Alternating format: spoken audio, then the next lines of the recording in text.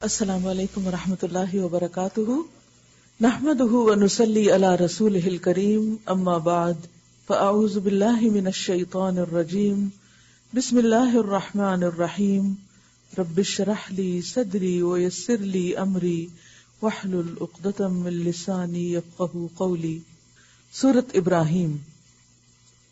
الف لام را کتاب انزلناہ الیک لتخرج الناس من الظلمات الی النور باذن ربہم الی صراط العزیز الحمید۔ الف لام را، یہ ایک کتاب ہے جس کو ہم نے تمہاری طرف نازل کیا ہے۔ کیوں؟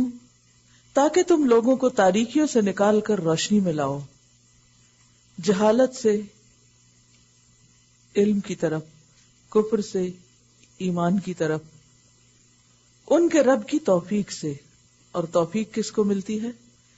جو ہدایت کا طلبگار ہو، اس معاملے میں سنجیدہ ہو، اس خدا کے راستے پر جو زبردست اور اپنی ذات میں آپ محمود ہے اور زمین اور آسمانوں کی ساری موجودات کا مالک ہے۔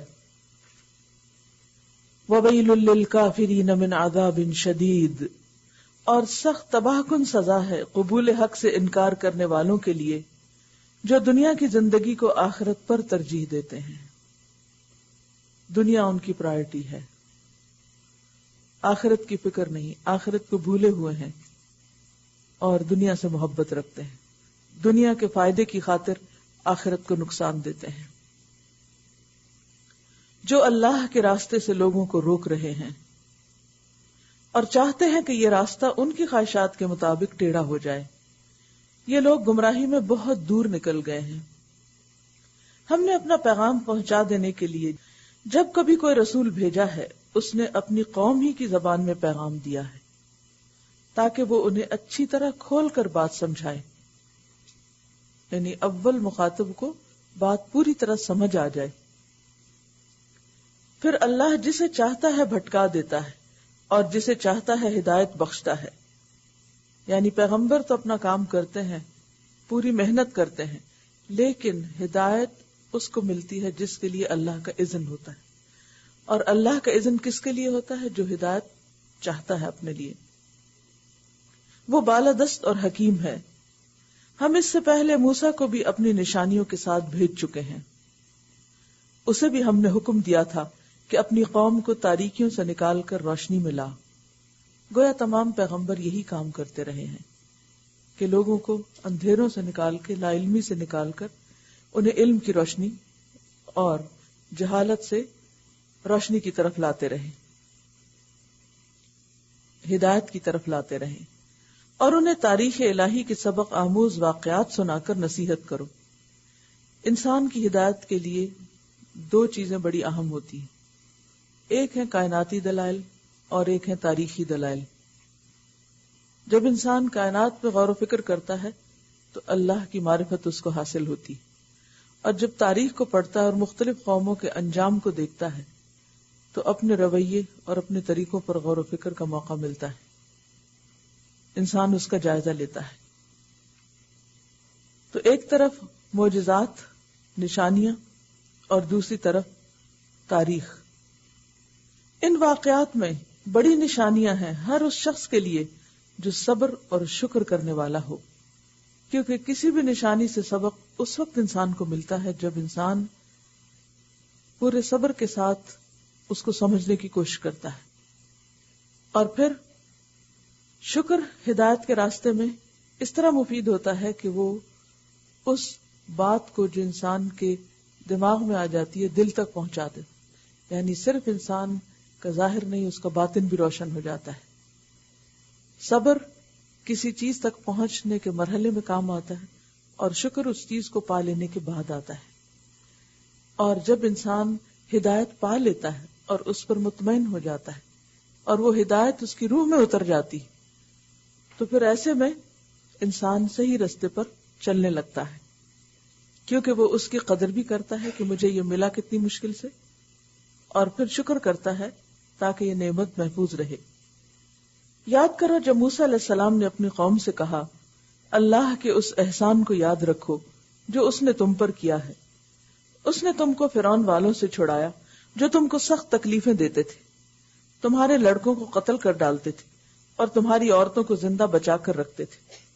اس میں تمہارے رب کی طرف سے بڑی آزمائش تھی، اور یاد رکھو تمہارے رب نے خبردار کر دیا تھا، لَإِن شَكَرْتُمْ لَأَزِيدَنَّكُمْ وَلَإِن كَفَرْتُمْ إِنَّ عَذَابِي لَشَدِيدٌ، کہ اگر شکر گزار بنو گے تو میں تم کو اور زیادہ نوازوں گا، اور اگر کفران نعمت کرو گے تو میری سزا بہت سخت ہے۔ نہ صرف یہ کہ دین کے معاملے میں، دنیا کے معاملے میں بھی انسان اگر اللہ کی نعمتوں کی قدردانی کرتا ہے اور شکر ادا کرتا ہے تو اللہ تعالیٰ اور زیادہ اپنی رحمتیں نازل کرتا ہے۔ لیکن اگر انسان کو اللہ کی نعمتیں نظر نہیں آتی اور ان کی وہ ناقدری کرتا ہے، ناشکری کرتا ہے، تو پہلی بھی چلی جاتی ہے۔ نعمتیں تو اپنی جگہ ہوتی ہیں، لیکن وہ اپنی منفی رویے کی وجہ سے ان سے بھرپور فائدہ نہیں اٹھا سکتا، کیونکہ اس وقت وہ کیا سوچتا ہے، کیونکہ اس نعمت کو وہ نعمت سمجھ نہیں رہا ہوتا، لہذا وہ اس کے فائدے سے بھی محروم ہوتا ہے۔ اس اصول کو سامنے رکھتے ہوئے ہم سب کو اپنے بارے میں سوچنا چاہیے۔ ایک تو یہ کہ جب ہم غور و فکر کریں تو صرف چیزوں کی حقیقت پہ غور و فکر نہیں کریں، بلکہ اس کو بھی دیکھیں کہ ان چیزوں میں ہمارے لیے اللہ نے کیا کیا فائدے رکھے۔ ہم ہر لمحہ، ہر آن اللہ کی نعمتیں استعمال کر رہے ہیں۔ سورج اللہ کی نعمت ہے، آکسیجن اللہ کی نعمت ہے، درخت، فضا، آسمان، زمین جس پہ ہم چل رہے ہیں، امن و امان، یہ سب اللہ کی نعمتیں ہیں۔ لیکن عام طور پر جب ہمیں کوئی چھوٹی سی چیز بھی تکلیف دیتی ہے تو ہم یکا یک ان ساری نعمتوں کو بھلا دیتے ہیں کہ ہم آلریڈی کیا کچھ لے رہے ہیں، بلکہ اتنا لے رہے ہیں کہ ان تعدوا نعمت اللہ لا تحصوها، کہ جس کو ہم گن بھی نہیں سکتے۔ لیکن کسی ایک ناپسندیدہ بات کی وجہ سے ہم ہر چیز کو بھول جاتے ہیں، ہر نعمت کو فراموش کر دیتے ہیں۔ تو ایسی صورت میں اللہ سبحانہ وتعالی بندے سے پھر ناراض ہوتا ہے اور اس کو پھر ایسے غم، پریشانی اور دکھ میں مبتلا کر دیتا ہے کہ جس کی وجہ سے اس کے اندر سے باقی نعمتوں کا بھی احساس ختم ہو جاتا ہے اور یوں اس کی کنڈیشن مزریبل ہو جاتی۔ وَقَالَ مُوسَىٰ إِن تَكْفُرُوا أَنتُمْ وَمَنْ فِي الْأَرْضِ جَمِيعًا فَإِنَّ اللَّهَ لَغَنِيٌّ حَمِيدٌ، اور موسیٰ نے کہا کہ اگر تم کفر کرو اور زمین کے سارے رہنے والے بھی کافر ہو جائیں تو اللہ بے نیاز اور اپنی ذات میں آپ محمود ہے، یعنی اللہ کو تمہاری شکر گزاری کی، تمہاری عبادت کی کوئی ضرورت نہیں، یہ شکر تمہارے اپنے ہی فائدے کے لیے ہے، اور اگر تم کیا باقی سب انسان بھی ایسے ہو جائیں تو اللہ کا کچھ بھی نقصان نہ ہوگا۔ أَلَمْ يَأْتِكُمْ نَبَأُ الَّذِينَ مِن قَبْلِكُمْ قَوْمِ نُوحٍ وَعَادٍ وَثَمُودَ وَالَّذِينَ مِن بَعْدِهِمْ لَا يَعْلَمُهُمْ إِلَّا اللَّهُ، کیا تمہیں ان قوموں کے حالات نہیں پہنچے جو تم سے پہلے گزر چکی ہیں، قوم نوح، عاد، سمود اور ان کے بعد آنے والی بہت سی قومیں جن کا شمار اللہ ہی کو معلوم ہے، اللہ ہی کو پتہ ہے کہ کتنے لوگ آئے دنیا میں۔ ان کے رسول جب ان کے پاس صاف صاف باتیں اور کھلی کھلی نشانیاں لیے ہوئے آئے تو انہوں نے اپنے منہ میں ہاتھ دبا لیے اور کہا کہ جس پیغام کے ساتھ تم بھیجے گئے ہو ہم اس کو نہیں مانتے، اور جس چیز کی تم ہمیں دعوت دیتے ہو اس کی طرف سے ہم سخت خلجان آمیز شک میں پڑے ہوئے ہیں کہ جس کی وجہ سے ہمارا چین رخصت ہو گیا۔ بات یہ ہے کہ جب بھی کوئی شخص حق کی بات لوگوں کو پہنچاتا ہے، چاہے کوئی انڈیویجول ہو یا کوئی قوم ہو، چاہے سننے والے اس کو مانے یا نہ مانے، انکار ہی کر دیں، لیکن یہ نہیں ہو سکتا کہ انکار کرنے کے بعد ان کے دلوں کی حالت پہلے جیسی رہے، کیونکہ اس کے اندر ایک بے چینی اور ایک پریشانی آ جاتی اور انسان بار بار اس کا ضمیر اس کو جھنجھوڑتا رہتا ہے، کیونکہ حق ایک ایسی چیز ہے کہ جو پہچانی جاتی ہے، انسان کو نظر آ جاتی ہے، لیکن جانتے بوجھتے ہوئے اگر انسان اس کو قبول نہیں کرتا، اس کو جھٹلا دیتا ہے، اس سے فائدہ نہیں اٹھاتا، تو پھر نقصان کیا ہوتا ہے کہ انسان کا سکون لٹ جاتا ہے۔ اب یہ بات کسی اور کے لیے نہیں ہے، یہ ہمارے لیے بھی ہے۔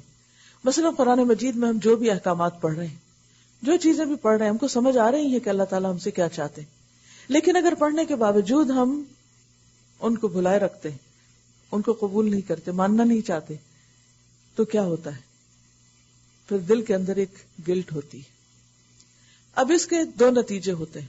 کچھ لوگ تو اس گلٹ کو ختم کرنے کے لیے پڑھنا پڑھانا ہی چھوڑ دیتے ہیں کہ نہ پتہ چلے اور نہ پریشانی ہو، اور کچھ لوگ کوشش کر کے محنت کر کے اپنے طرز عمل کو بدلنے کی کوشش کرتے ہیں، اور دراصل کامیاب وہی ہے، کیونکہ اصل مقصد یہی ہے کہ انسان حقیقت کا اعتراف کر لے. قالت رسلهم افی اللہ شک فاطر السماوات والارض يدعوكم ليغفر لكم من ذنوبكم ويؤخركم الى اجل مسمى. ان کے پیغمبروں نے کہا کیا خدا کے بارے میں شک ہے جو آسمان اور زمین کا خالق ہے؟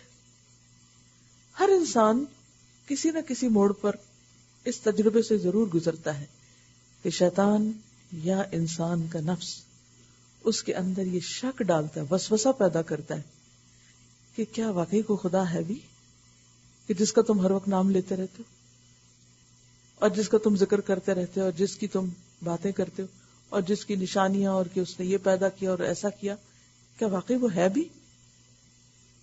تو جب کبھی دل میں ایسا خیال آئے تو پھر یہ آیت پڑھنی چاہیے، افی اللہ شک فاطر السماوات والارض. اللہ کے بارے میں شک؟ تم یہ دیکھتے نہیں ہو کہ آسمان اور زمین کس نے بنائے؟ کیا انسانوں میں سے کسی نے تعمیر کیے یا خود بخود بن گئے؟ دو میں سے کوئی ایک بات تو ہونی چاہیے. اگر اللہ نے نہیں بنائے تو پھر یا تو سب انسانوں نے مل کے بنایا ان کو، تو ایسی تو کوئی بات ہی نہیں، کیونکہ انسان تو بنا ہی نہیں سکتے، نہ زمین بنا سکتے ہیں نہ آسمان بنا سکتے ہیں. تو پھر یقیناً کوئی اور ہے نا. کون ہے وہ؟ یہاں اس کا تعارف کروایا گیا، فاطر السماوات والارض، آسمان و زمین کا پھاڑنے والا، فاطر. اس وقت زمین و آسمان کی تخلیق کے بارے میں جو ایک عام نظریہ ہے وہ کیا ہے کہ کائنات پہلے ایک سپر ایٹم کی شکل میں تھی، سپر ایٹم، اور اس کے تمام اجزاء اندر کی طرف کھچے ہوئے تھے. تو پھر ان کو الگ الگ کیا گیا. کانتا رتقا ففتقناہما، اللہ تعالیٰ قرآن پاک میں فرماتے ہیں کہ وہ جڑا ہوا تھا باہم، آسمان و زمین ایک دوسرے کے اندر دسے ہوئے تھے، تو ہم نے ان کو الگ الگ کیا، فتق، جدا جدا کر دیا. تو فاطر السماوات والارض، عام طور پر آپ نے دیکھا ہوگا کہ اللہ کے وجود کے انکاری ان پڑھ لوگ نہیں، بہت پڑھے لکھے لوگ ہوتے ہیں. تو ان کو جواب دینے کے لیے یہاں پر فاطر کی صفت استعمال ہوئی. فطرہ کا معنی ہوتا ہے ایک چیز کا دوسرے سے الگ ہونا، پھٹنا. تو جو لوگ یہ نظریہ رکھتے ہیں کہ بگ بینگ کی وجہ سے زمین و آسمان وجود میں آئے، تو وہ بینگ کیا کس نے تھا؟ وہ کرنے والا کون تھا؟ وہ فاطر السماوات والارض وہی ہے جس کو ہم اللہ اپنا معبود مانتے ہیں. اگر ایک چیز نظر آ رہی ہے تو پھر بنانے والا کیوں نہیں نظر آتا؟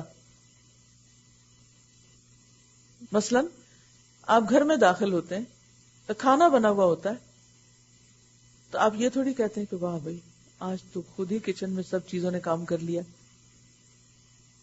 فریزر سے گوشت اٹھ کے آ گیا، نل سے پانی آ گیا، اوپر سے کیبنٹ سے سارے مسالے آ پڑے، اور پھر یہ اوون بھی کسی طرح جل گیا، اور یہ سب کچھ تیار ہو چکا ہے. اگر دنیا میں کسی چیز کی پروڈکشن کے بارے میں کوئی ایسا کہے تو آپ اس کو کہیں گے اس کا دماغ چل گیا. تو یہ اتنا بڑا کارخانہ جو ہمیں نظر آ رہا ہے، کیا یہ خود بخود ہی یہ سب کچھ ہوتا گیا؟ خود کیسے ہوتا گیا؟ خود کا تو سوال ہی پیدا نہیں ہوتا. آپ کی جو خود کار مشینیں ہیں، آٹومیٹک مشینیں، ان کو بھی کسی نے بنایا آٹومیٹک تو یہ بنی، اور وہ بھی جس کو فلی آٹومیٹک بھی کہتے ہیں نا، اس کو بھی آپ کو بٹن آن کرنا پڑتا ہے، کوئی سسٹم سیٹ کرنا پڑتا ہے، کوئی ٹائمر لگانا پڑتا ہے. خود سے کوئی بھی چیز نہیں بنتی اور نہ چلتی ہے. تو جب آپ دیکھتے کہ کھانا بنا، تو یہ سوچنے کی بجائے کہ یہ سب کچھ ایسے ہو گیا اور ویسے ہو گیا، اس طرح کے فلسفے نہیں جاڑتے آپ فوراً سوچتے ہیں اچھا آج ہمارے ہسبینڈ ہم سے پہلے گھر آ گئے اور انہوں نے یہ عنایت کی اور یہ انہی کا کام کیا وہ لگتا ہے. تو فوراً آپ کو کام دیکھ کر پتا چل جاتا ہے کیا کس نے ہے. کوئی چیز جو بھی بنی ہوئی دیکھتے ہیں نا آپ، کوئی کپڑا دور سے دیکھتے ہیں تو آپ اندازہ کر لیتے ہیں کہ فلاں جگہ کا بنا ہوا ہے. کوئی زیور دیکھتے ہیں کسی بھی تو فوراً اندازہ کرتے ہیں کہ کس ملک کا بنا ہوا ہے، کس جگہ کا، کس ہاتھ کا. تو اگر انسانوں کی بنائی ہوئی چیزوں سے ہم کو فوراً سمجھ آتی ہے کہ فلاں کے ہاتھ کی بنی ہوئی ہے یا فلاں ملک کی بنی ہوئی ہے، تو اتنا بڑا آسمان اور یہ زمین دیکھ کے سمجھ نہیں آتی کہ یہ بھی کسی نے بنایا ہے. تو ہم اس ہستی پر بن دیکھے ایمان لاتے ہیں، صرف اس کی نشانیاں دیکھ کر. اسی لیے اللہ سبحانہ وتعالیٰ نے قرآن مجید میں اپنا پہلا تعارف کیا کرایا؟ الحمدللہ رب العالمین، کہ جس نے ساری کائنات بنائی اور جو اس کا مالک بھی ہے. بنا کے پھینک نہیں دیا بلکہ خود مالک ہے، کسی اور کو نہیں دیا مالک بننے کے لیے. اور پھر ان سب کا انتظام بھی چلا رہا ہے. افی اللہ شک فاطر السماوات والارض یدعوکم، وہ تم کو بلاتا ہے. کس لیے بلاتا ہے؟ لیغفر لکم من ذنوبکم، تاکہ تمہارے گناہوں کو معاف کر دے، تمہارا گلٹ دھو دے، تمہارے بوجھ اتار دے، تمہارے اندر کی تکلیفوں کو ہٹا دے اور تمہیں سکون عطا کرے، کیونکہ اس کے سوا تو کوئی گناہ معاف کر ہی نہیں سکتا. یدعوکم لیغفر لکم من ذنوبکم ویؤخرکم الی اجل مسمی، اور تم کو ایک مدت مقرر تک مہلت دے. انہوں نے جواب دیا تم کچھ نہیں ہو مگر ویسے ہی انسان جیسے ہم ہیں. اب ان کو رسول پہ شک ہو گیا کہ رسول اللہ کا پیغامبر میسنجر کیسے ہو سکتا ہے جبکہ یہ ہماری طرح کا انسان ہے.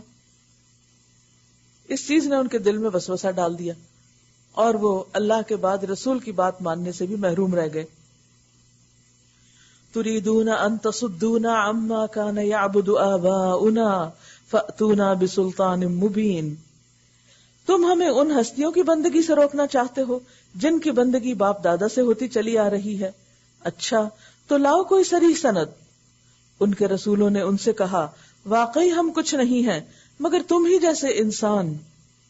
انہوں نے اپنے آپ کو کچھ اور بنا کے نہیں پیش کیا، کہا واقعی انسان ہے، سچ یہی ہے، حقیقت یہی ہے.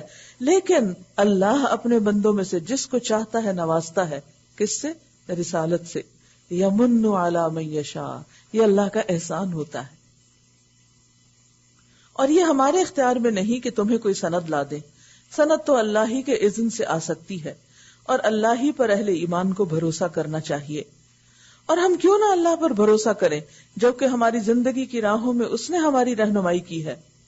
جو اذیتیں تم لوگ ہمیں دے رہے ہو ان پر ہم صبر کریں گے اور بھروسہ کرنے والوں کا بھروسہ اللہ ہی پر ہونا چاہیے. آخر کار منکرین نے اپنے رسولوں سے کہہ دیا کہ یا تو تمہیں ہماری ملت میں واپس آنا ہوگا ورنہ ہم تمہیں اپنے ملک سے نکال دیں گے. اب انہوں نے ان کو تھریٹ کر دی کہ یا تو واپس پلٹو دین میں یا پھر اس یہاں سے چلے جاؤ. تب ان کے رب نے ان پر وحی بھیجی کہ ہم ان ظالموں کو ہلاک کر دیں گے، یہ جو تمہیں دھمکی دے رہے ہیں خود ان کا خاتمہ ہو جائے گا اور ان کے بعد تمہیں زمین میں آباد کریں گے. یعنی گھبراؤ نہیں، یہ زمین تمہارے لیے ہے، جو مانے گا اسے بطور انعام ملے گی، نہ کہ ان کو جو اللہ کے نافرمان ہیں. یہ انعام ہے اس کا جو میرے حضور جواب دہی کا خوف رکھتا ہو اور میری وعید سے ڈرتا ہو. انہوں نے فیصلہ چاہا تو یوں ان کا فیصلہ ہوا اور ہر جبار دشمن حق نے منہ کی کھائی. پھر اس کے بعد آگے اس کے لیے جہنم ہے، وہاں اسے کچ لہو کا سا پانی پینے کو دیا جائے گا جو دوزخ میں جلنے والے لوگوں کے جسم سے نکلی ہوئی پیپ ہوگی، وہی ان کو پلا دی جائے گی. انہی کا ویسٹ واپس انہی پہ، جسے وہ زبردستی حلق سے اتارنے کی کوشش کرے گا اور مشکل ہی سے اتار سکے گا. موت ہر طرف سے اس پر چھائی رہے گی مگر وہ مرنے نہ پائے گا اور آگے ایک سخت عذاب اس کی جان کا لاگو رہے گا. یعنی ایک کے بعد ایک عذاب اس پہ آتا رہے گا. مثل الذین کفروا بربہم، جن لوگوں نے اپنے رب سے کفر کیا ہے ان کے اعمال کی مثال اس راکھ کی سی ہے جسے ایک طوفانی دن کی آندھی نے اڑا دیا ہو. امیجن کریں جب فال میں پتے گرتے ہیں اور پھر آندھیاں چلتی ہیں، ہوائیں چلتی ہیں، تو کس طرح پتے ساتھ ہی اڑے چلے جاتے. کیوں؟ اس لیے کہ گر کے ہلکے ہو گئے، سوکھ گئے، بیکار ہو گئے. اسی طرح وہ اعمال جو اپنے معیار سے گر جاتے ہیں وہ بھی ہلکے ہو جاتے، ان کا بھی کوئی وزن نہ ہوگا. تو فرمایا کہ جن لوگوں نے کفر کیا ان کے اچھے اچھے کاموں کا بھی کوئی بدلہ نہ ہوگا، کیونکہ اس کے نیچے بنیاد نہ تھی، مطلوبہ معیار کے مطابق نہ تھے، لہذا ان کو ایکسپٹ نہیں کیا جائے گا. وہ اپنے کیے کا، یعنی دنیا میں کفار نے جو بھی بڑے بڑے کارنامے کیے، انسانوں کی خدمت کی، چیریٹی کے کام کیے، بظاہر انسانوں کی بھلائی کے بڑے بڑے پروجیکٹس کیے، لیکن چونکہ آخرت کے لیے کیے ہی نہیں، آخرت کا تو وہ انکار کرتے رہے، دنیا کے لیے کیے، لہذا جو ہی دنیا ختم ہوگی ان کے اعمال بھی ختم ہو جائیں گے، عمارتیں گر جائیں گی، فیکٹریاں بند ہو جائیں گی، تباہ و برباد ہو جائیں گی. اسی طرح باقی بھی جتنے ان کے اچھے عمل ہیں ان کا وہ بدلہ دنیا میں ہی پا چکے ہیں، آخرت کے لیے کچھ بھی نہ ہوگا، کیونکہ آخرت تو ان کے خواب و خیال میں بھی نہیں. تو جب آپ نے کسی خاص مقصد کے ساتھ کام کیا نہ ہو تو وہ پھر محض ایک بیکار سی کوشش ہوتی.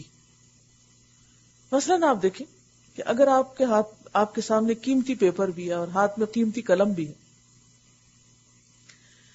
اور آپ کاغذ کے اوپر اسکریبل کر رہے ہیں، کچھ نہ کچھ لکیریں ہم ڈالے جا رہے، اتنا ڈالتے ہیں کہ آپ کے ہاتھ تھک جاتے، پھر بھی ڈالے جا رہے، جیسے کوئی دیوانہ ہمارا آپ کام کر رہے ہیں. جب آپ کر چکے تو آپ کسی کو دکھائیں تو اس کاغذ کی کیا قیمت ہوگی؟ کچھ بھی نہیں، کیونکہ کوئی مقصد ہی نہیں تھا، اور جو کچھ کیا وہ بھی ہیپ ہیزرڈ تھا، بس بیکار بے سمجھے سوچے، بغیر کسی رہنمائی کے، بغیر کسی مقصد کے. اور ہو سکتا ہے کہ جس نے کیا اس نے اپنے طرف بڑا آرٹ کا نمونہ بنا کے رکھا، لیکن اس کی کوئی ویلیو نہیں کیونکہ بیکار ہے. اسی طرح وہ لوگ جو دنیا میں بڑے بڑے کارنامے کر کے خوش ہو رہے ہیں، آخرت میں ان کا یہ سب کچھ کرماد، راکھ کی طرح ہوگا. راکھ کو آپ نے دیکھا ہوگا کہ جب کاغذ جلا دیے جاتے ہیں یا پتے جلا دیے جاتے ہیں تو راکھ کتنی ہلکی ہو جاتی ہے، بے وزن سی، اور ایک ہوا کا جھونکا ساری راکھ کو اڑانے کے لیے کافی ہو جاتا. کبھی جلے ہوئے اڑتے کاغذ آپ نے دیکھے ہوں گے، اور پھر کہیں گرتے ہیں تو ٹوٹ پھوٹ کے چورا چورا ہو جاتے ہیں. یہی حال ان کے اعمال کا ہے، وہ اپنے کیے کا کچھ بھی پھل نہ پا سکیں گے. یہی پرلے درجے کی گمگشتگی ہے. کیا تم دیکھتے نہیں ہو کہ اللہ نے آسمان و زمین کی تخلیق کو حق پر قائم کیا ہے؟ وہ چاہے تو تم لوگوں کو لے جائے اور ایک نئی خلقت تمہاری جگہ لے آئے. ایسا کرنا اس پر کچھ بھی دشوار نہیں ہے. اور یہ لوگ جب اکٹھے اللہ کے سامنے بے نقاب ہوں گے، اس وقت ان میں سے جو دنیا میں کمزور تھے وہ ان لوگوں سے جو بڑے بنے ہوئے تھے کہیں گے، دنیا میں ہم تمہارے تابع تھے، ہم تمہارے غلام تھے، تمہاری سنتے تھے، تمہاری مانتے تھے. اب کیا تم اللہ کے عذاب سے ہم کو بچانے کے لیے بھی کچھ کر سکتے ہو؟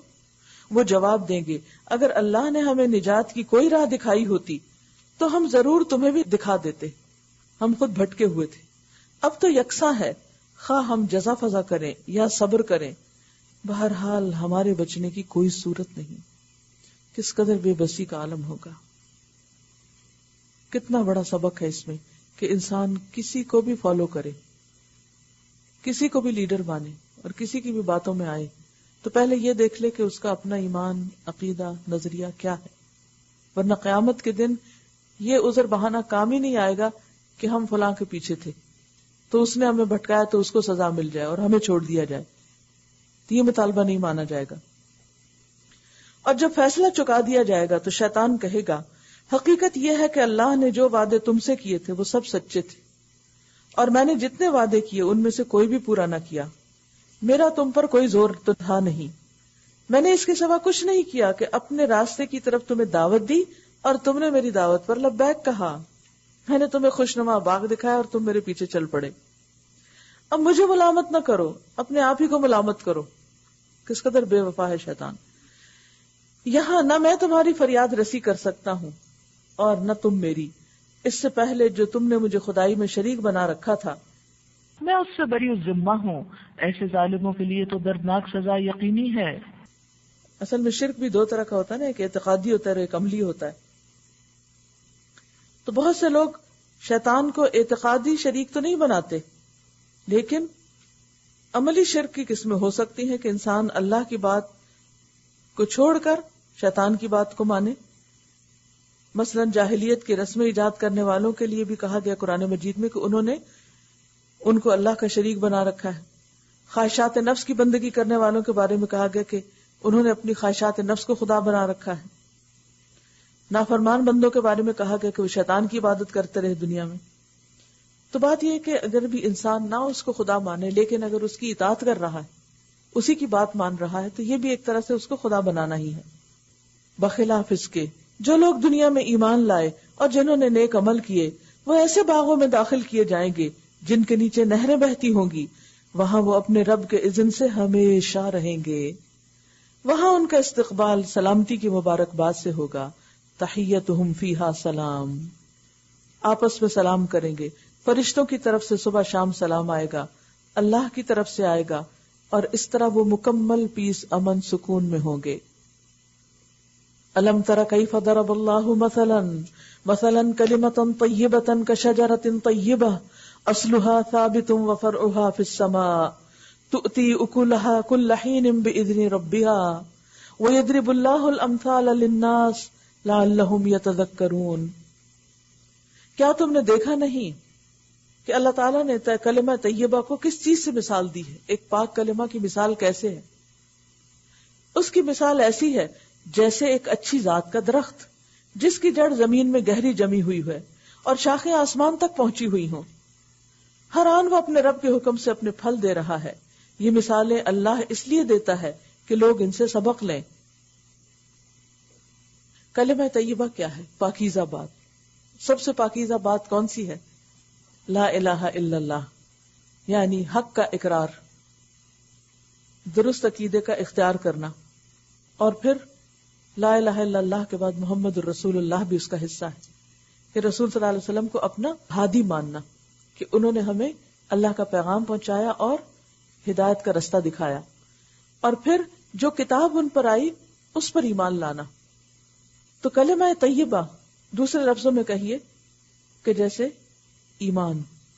پاکیزہ بات لفظ بول کر، لا الہ الا اللہ محمد الرسول اللہ بول کر جب کوئی شخص ایمان لے آتا ہے تو پھر وہ ایمان ایک بیج کی طرح ہوتا ہے جس سے صالح کردار جنم لیتا ہے جو مومن کا کردار ہوتا ہے. یہ صالح کردار والا مومن ایسے ہی ہے جیسے ایک عمدہ درخت ہو. اس کی مثال حدیث میں ہمیں کھجور کے درخت سے ملتی ہے. کھجور کا درخت کیسا درخت ہوتا ہے؟ اصلها ثابت، اس کی جڑیں گہری زمین میں دور تک ہوتی ہیں، مضبوط ہوتی ہیں.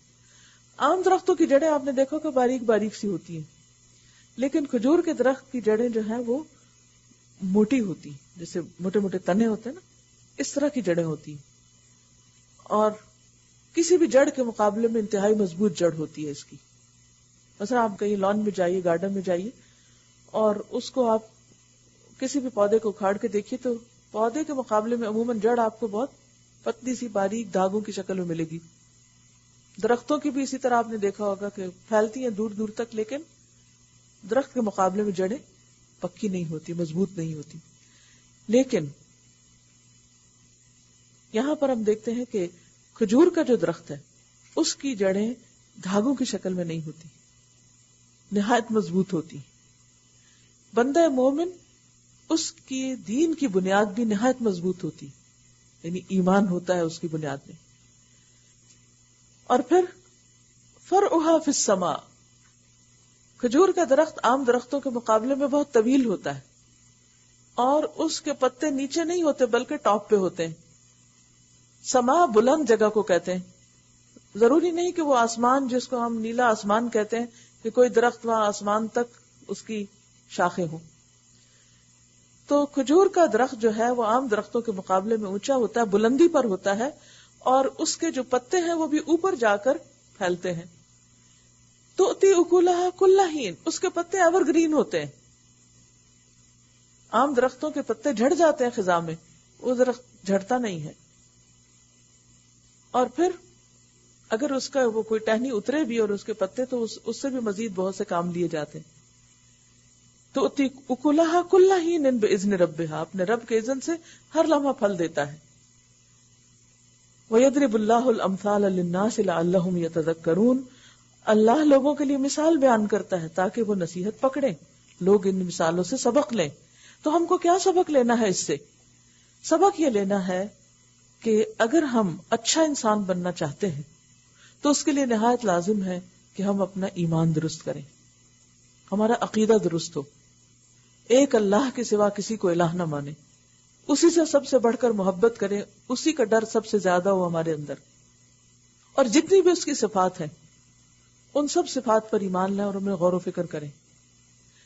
یعنی جس شخص کا ایمان مضبوط ہوتا ہے لازماً اس کا کردار بھی مضبوط ہوتا ہے، اس کا عمل بھی ثابت ہوتا ہے، اور عمل پھر کوئی معمولی عمل نہیں ہوتا، اس انسان کے مقاصد زندگی میں بہت بلند ہوتے ہیں، وہ عام لوگوں کی باتوں سے اوپر اٹھتا ہے، اور پھر بہترین قسم کے اس کے درخت ہوتے ہیں، اور اس درخت میں جو پتے ہوتے ہیں وہ بھی عام پتوں کے مقابلے میں بہت مضبوط اور سالڈ قسم کے ہوتے ہیں اور جمے ہوئے ہوتے ہیں، اور ان کے بیچ میں اس کا پھل لگتا ہے، یعنی جہاں سے ٹہنیاں نکلتی ہیں تو ان کے اندر پھل لگتا ہے. عام طور پر جو پھل نکلتا ہے درختوں میں وہ ٹہنیوں کے اوپر ہوتا ہے، لیکن کھجور کا درخت کا جو پھل ہے وہ اس کی الگ پتوں سے الگ اس کی ٹہنیاں ہوتی، یعنی عموماً شاخ میں آپ دیکھیں نا جب پھل لگتے ہیں جیسے مالٹے وغیرہ تو ایک ہی شاخ نکلتی ہے، اسی پہ پتے ہوتے ہیں، اسی پہ پھل ہوتے ہیں، اینڈ پہ جا کے آپ کو پھل ملے گا بیچ بیچ میں چھوٹی شاخیں اور نکل کے. لیکن کھجور کا درخت جو ہے اس کے پتے ان کی اپنی ایک شان ہوتی اور اپنا الگ ایک وجود ہوتا ہے، اور جو پھل نکلتا ہے وہ الگ شگوفے نکلتے ہیں، اور وہ اس طرح پروٹیکٹڈ ہوتے ہیں بیچ میں، اور پھر جب وہ پک جاتا ہے پھل تو وہ بھی لٹک جاتا ہے اور بہت ہی خوبصورت منظر پیش کرتا ہے. اس درخت کے بے شمار فائدے. پھل بھی آپ دیکھیں کہ عام پھلوں کی طرح جلدی گل سڑ نہیں جاتا، کھجوریں آپ سال بھر بھی رکھ دیں تو آپ کو ویسے ہی فریش ملیں گی، الا یہ کہ آپ نے ان کو اس کی کیئر نہیں کی تو الگ بات ہے کہ ان کو کوئی کیڑا وغیرہ لگ جائے، ادروائز لانگ ٹرم فروٹ ہے.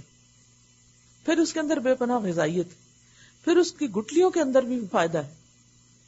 یہ ہے مومن کی مثال کہ مومن بنیاد مضبوط، کردار مضبوط، طے میں عقیدہ، اور پھر اس کی عبادات، اور پھر اس کے جو پتے اور پھل پھول ہیں وہ بھی فائدہ مند اور خوبصورت منظر پیش کرنے والے اور جھکے ہوئے بھی.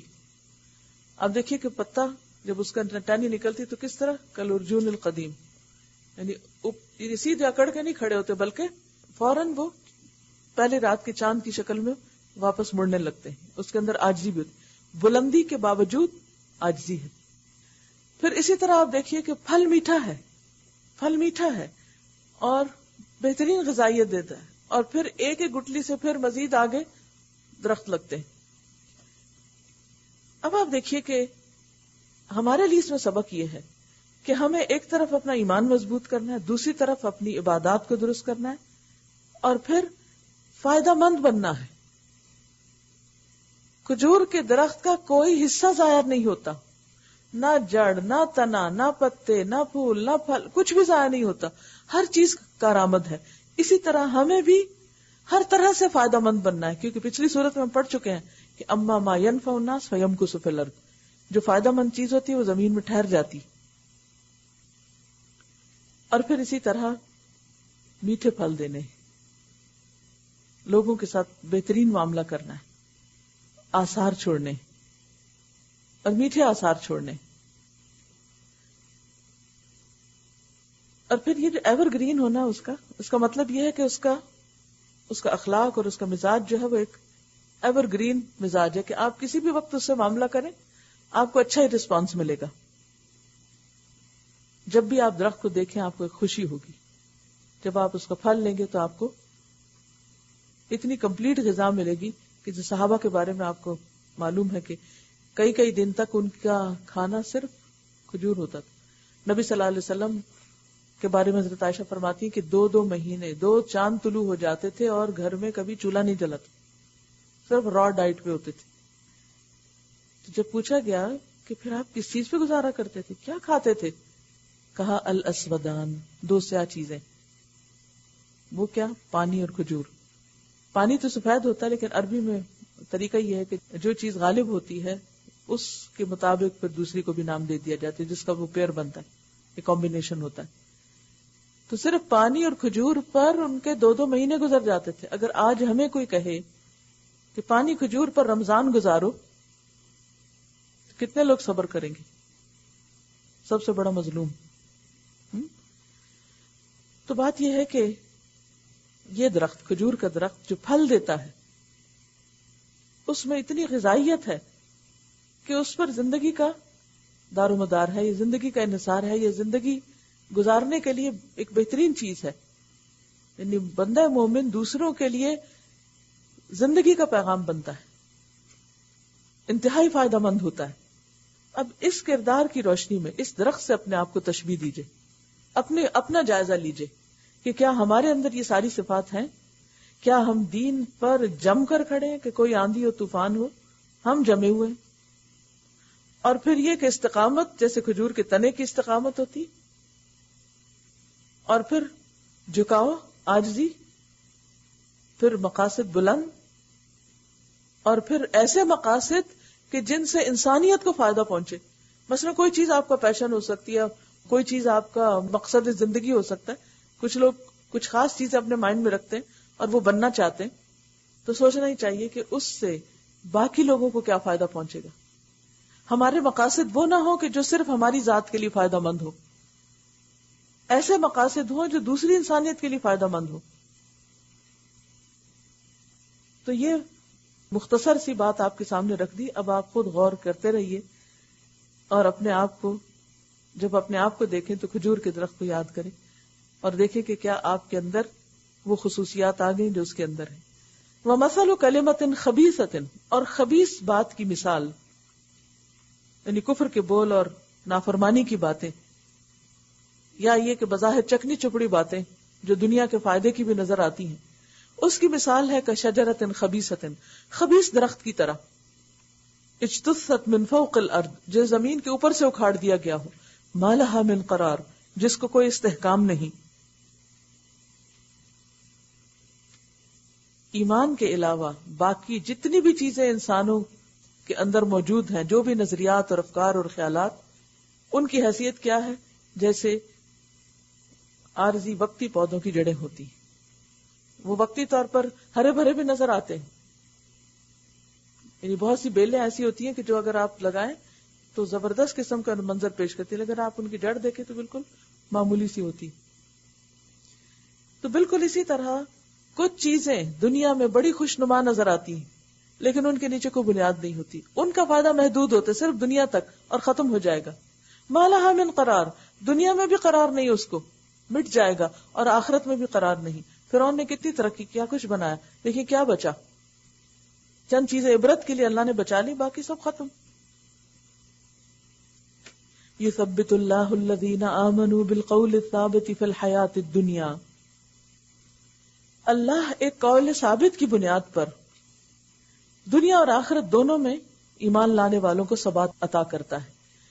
دنیا میں کس طرح کہ اس کلمے کی وجہ سے، لا الہ الا اللہ کہنے کی وجہ سے انسان کے اندر استقامت آتی، انسان دین پہ جم جاتا ہے، مخالفتوں کے باوجود بھی دین پہ قائم رہتا ہے کیونکہ وہ اللہ کا سہارا تھام لیتا ہے.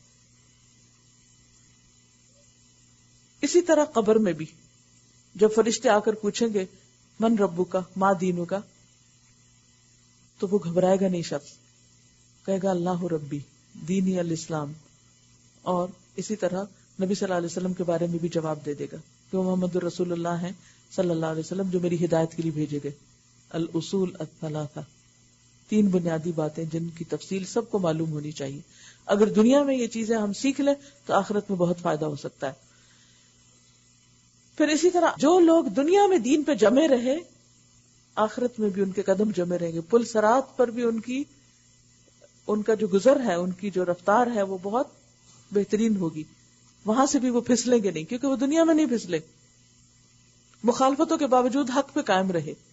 تو جو شخص حقیقی معنوں میں شعور کے ساتھ سوچ سمجھ کر لا الہ الا اللہ کہتا ہے کہ اللہ کے سوا کوئی اور معبود ہے ہی نہیں، کوئی رب ہے ہی نہیں، کوئی خالق و مالک ہے ہی نہیں، تو پھر ایسا شخص اپنے سارے امور کو، سارے کاموں کو رب کی مرضی کے تابع کر لیتا ہے.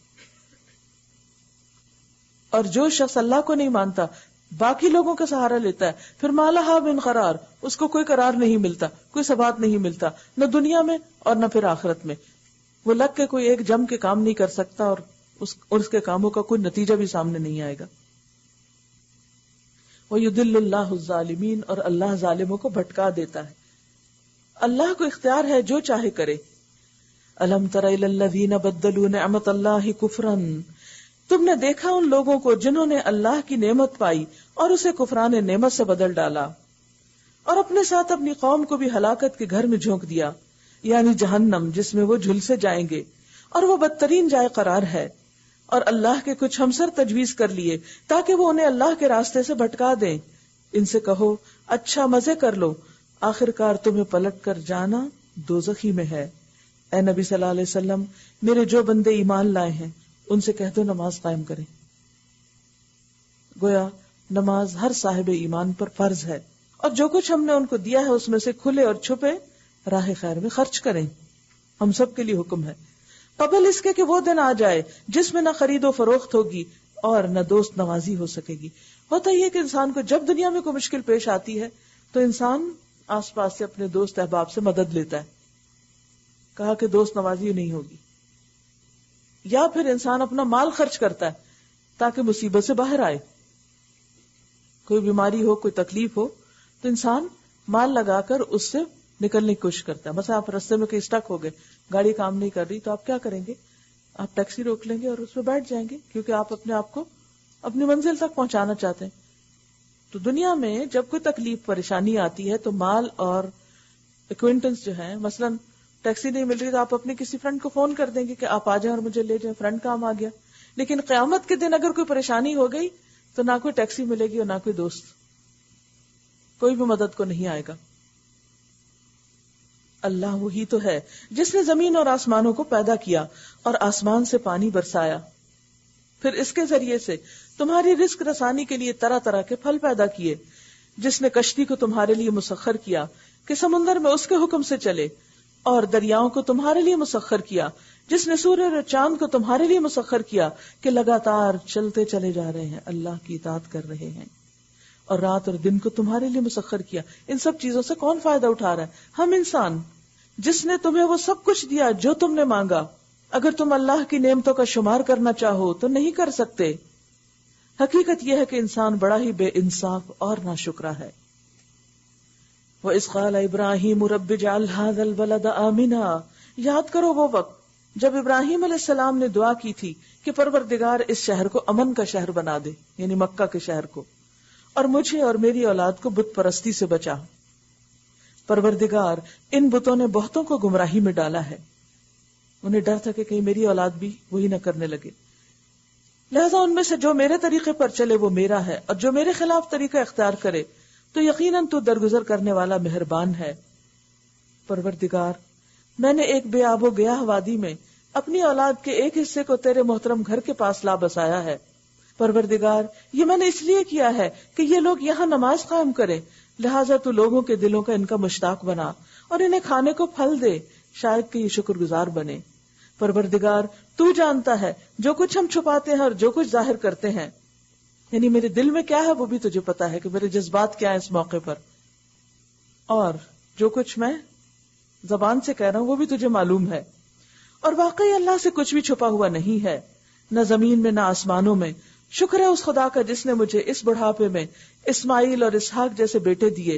حقیقت یہ ہے کہ میرا رب ضرور دعا سنتا ہے.